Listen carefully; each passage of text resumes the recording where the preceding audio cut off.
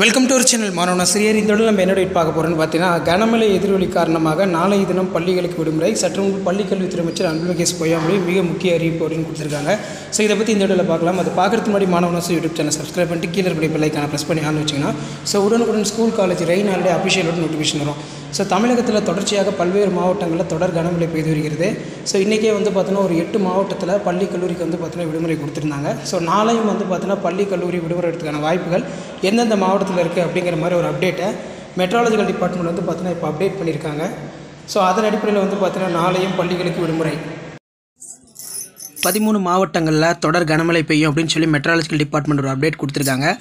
தமிழ்நாட்டில் பொறுத்த வரைக்கும் அடுத்த 2 மணி நேரத்திற்கு 10 மணி வரை மழை பெய்யும் என்று சென்னை வானிலை மையம் ஒரு அப்டேட்டை கொடுத்துருக்காங்க.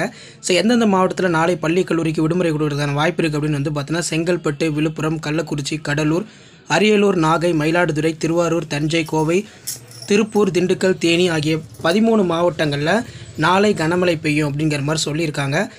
விடுமுறை இல்லாத 6 மாவட்டங்களிலும் மழை பெய்யும் என்பதால் மாணவர்கள் கூட ரெயின் கோட் எடுத்து சொல்லுமாறு அப்படிங்கிற மாதிரி ஒரு அப்டேட் கிடச்சிருக்கு.